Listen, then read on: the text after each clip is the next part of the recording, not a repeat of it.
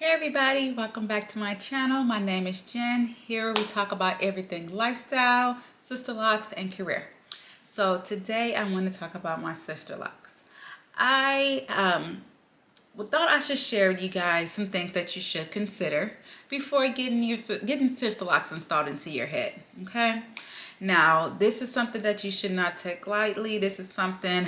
It's not almost as buying a house, but I mean something you really should think long and hard about. So I'm gonna get right into it. All right. So the first thing that you consider is the pricing, before and after. Now I'm gonna do a disclaimer.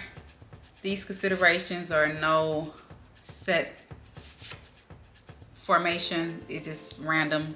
But one thing you should is consider the pricing before and after. Pricing before, as far as the pricing, because like I told you guys, I paid $9.50 to get my hair installed, and that's because of the length of my hair.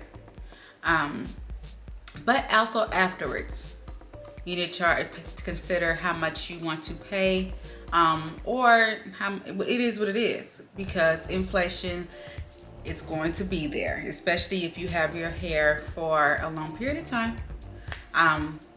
It's going to be there depending on, however the loctician decides to set it. So like I said, I started at $9.50, and right now I started with $125 for a retie, and now I'm up to $210.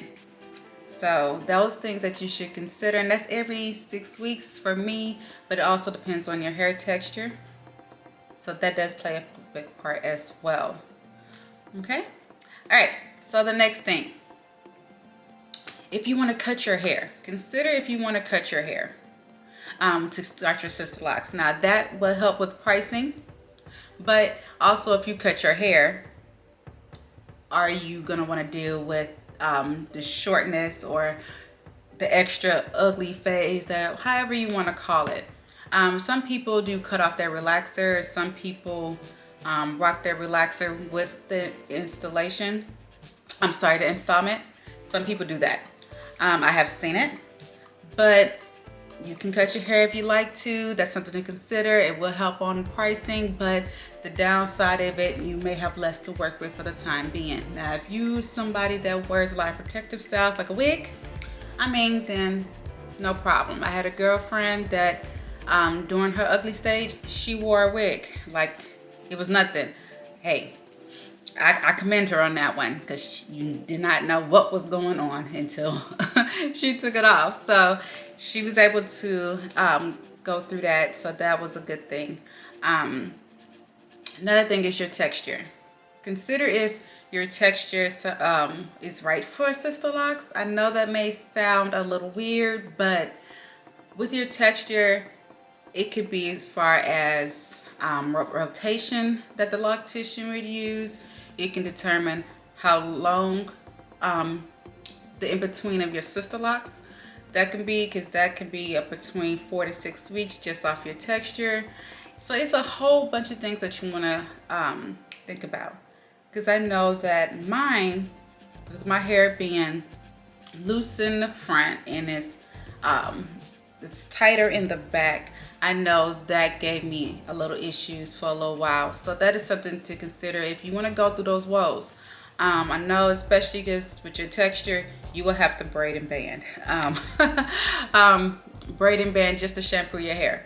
So that is something that you want to think about, is your texture when it comes to locks. I know I ultimately chose to get sister locks because my hair pattern was too loose for traditional locks, and it was just going to be a mess. And I thought, like, okay, it wasn't going to stay, it was going to be too much. So I was like, let me just go ahead and try the sister lock, because trust me, I tried doing locks probably back in, I want to say 2016, and it did not work. It did not work, not to my standards. So I went ahead and chose to get Sisterlocks 2 years later. Another thing, maintenance.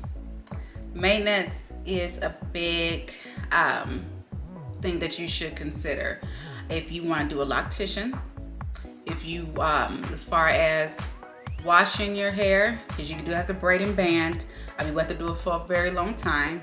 You will have to use their products that is recommended. Some people do not, but they do recommend their products, and it is for a reason. So I would at least follow their directions for at least up to a year. I mean, you're paying, it's an investment. Might as well follow the rules. But yeah, again, you do have to braid and band, and also if you want to do a self tie. Now, a self retie. So what that entails is doing it yourself. Some people choose to do them traditional lock rotation, but then some people actually want to take the course. So that is something that you want to see if you want to do, if you want to actually invest that in there, taking the course, doing the self retie. Yeah, so I say all of this for you guys to actually think about it, because it's not a decision that you should take lightly. This is your hair. Once it's in there, I mean, and your hair start locking, do you really want to comb all that out? I've seen people comb their Sisterlocks out. I mean, it's teacher's own, but for me to pay $950 and then turn around and comb it out a little bit later, like a year later, that is something I don't want to do. Because that is like, thinking about that, that's almost like $2,000 with maintenance. And yeah, I'm not combing it out. It's going to be here a while. So a lot of things you want to take a look at, and also traveling, especially if you find that one good person. Are you going to travel to keep going? That all entails with the loctician. So there's a lot of things that you guys should do before getting your Sisterlocks. Definitely do your research. Definitely make sure you know something before you sit in that chair, so you just don't believe anything you hear. I do highly recommend that you do your research beforehand, because everybody that says that they are, Sisterlock certified or they know how to do Sisterlocks may not be legit. So that is something that you need to take care of as well. All right, you guys, those are my tips for consideration before you get Sisterlocks. Now, if you have made it to this part of the video, you might as well go ahead and subscribe, and I will see you guys next time.